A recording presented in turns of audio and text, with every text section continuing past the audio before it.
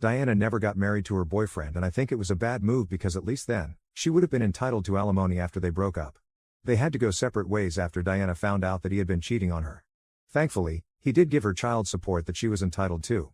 However, he chose to opt out of being a father and signed away his parental rights. The girls were both 3 years old at the time, so they were really young, and my nephew was just 2 years old. After that, my sister was completely on her own and she needed to get all the help that she could to be able to support herself. Now, I did not have a good relationship with her, but because of my parents, I decided to help her out. At the time I earned a decent amount of money. It was not enough to support all 4 of them, but I could at least contribute a small amount of money every month, along with my parents, and they got by the first few months. It was really difficult to find her since she did not have a degree and had no experience either. She had to start at the bottom and work her way up, which would require her to devote quite a lot of time to her jobs if she wanted to make progress quickly, but that would be difficult because she had to think about her children as well and she couldn't just leave them at home. She could hire a babysitter, but that was pretty expensive, so she had to rely on me, or on her friends.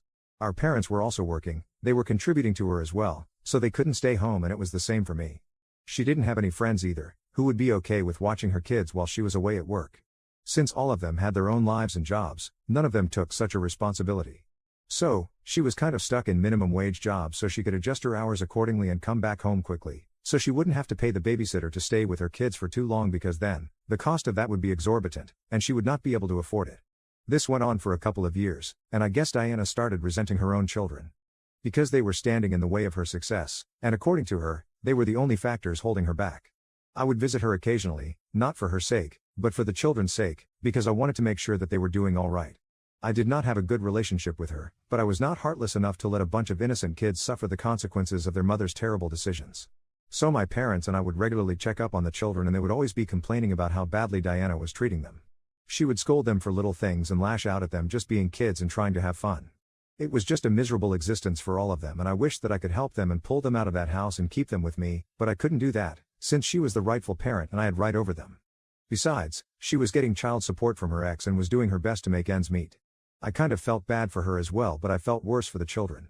However, things were pretty bad because, after that, she started seeing other men as well.